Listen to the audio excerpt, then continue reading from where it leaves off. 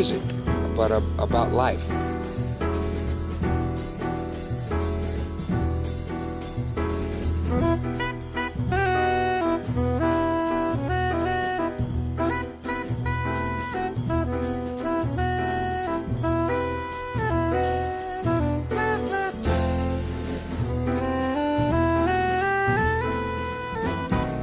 When you say, what does it mean? What you're really saying is, what is it trying to tell me? What ideas does it make me have? Just like words. When you hear words, you get ideas from them. If I say to you, oh, I burned my finger, then immediately you get an idea from what I said, or some ideas. You get the idea that I burned my finger, that it hurts, that I might not be able to play the piano anymore.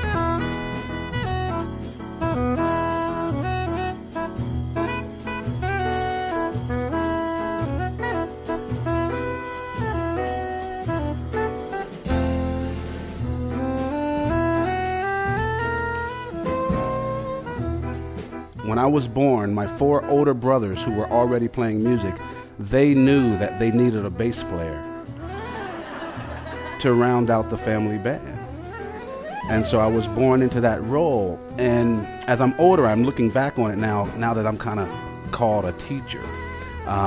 When I look back on that and how I was taught, I realized that I wasn't really taught, which is why I say that music is a language. Because if you think about your first language, for me and probably most of us here, it might be English, so I'm just going to go with English. If you think about how you learned it, you realize you weren't taught it. People just spoke to you.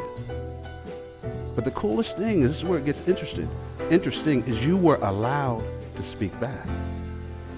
Now, if I take the music example, in most cases, our beginners are not allowed to play with the better people. You're stuck in the beginning class. You have to remain there a few years until you elevate until the intermediate and then advanced. And after you graduate the advanced class, you still have to go out and pay a lot of dues.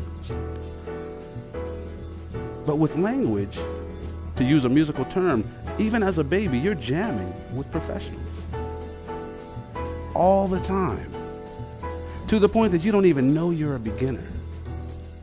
No one says, I can't talk to you until you got to go over there. When you're older, then I can speak to you. That doesn't happen. No one tells you what you have to say.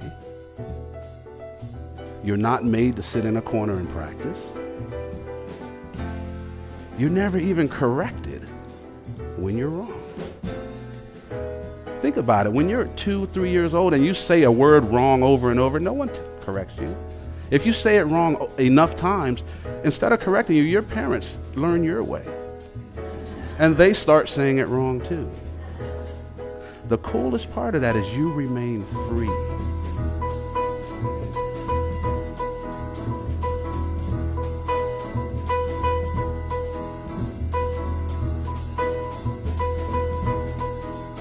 Right in the middle of Miles' solo, when he was playing one of his amazing solos, and I'm trying, I'm in there and I'm playing. Right in the middle of his solo, I played the wrong chord. A chord that it just sounded completely wrong. It sounded like a big mistake. And I did this and I went, oh, like this. I put my hands around my ears. And Miles paused for a second. And then he played some notes that made my chord right. He made it correct, which astounded me. I couldn't believe what I heard. Miles was able to make something that was wrong into something that was right, with the power of the choice of notes that he made and the feeling that he had. And so I couldn't play for about a minute. I couldn't even touch the piano. But what I realize now is that Miles didn't hear it as a mistake. He heard it as something that happened, just an event. And so that was part of the reality of what was happening at that moment. And he dealt with it. He found something that, since he didn't hear it as a mistake, he felt it was his responsibility to find something that fit. And he was able to do that. That taught me a very big lesson about not only music, but about life. You know, we can look for the world to be as we would like it to be as individuals, you know, make it easy for me, that idea. We can look for that. But I think the important thing is that we grow. And the only way we can grow is to have a mind that's open enough to be able to accept situations, to be able to experience situations as they are and turn them into medicine, turn poison into medicine.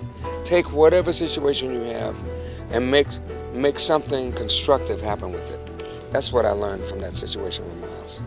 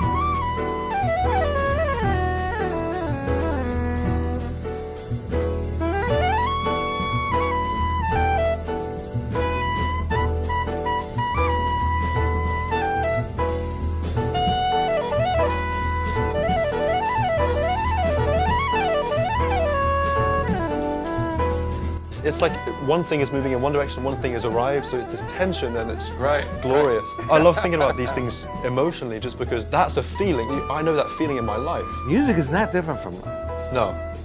You know, and I think that's probably the greatest attraction to those of us who play music. Yeah.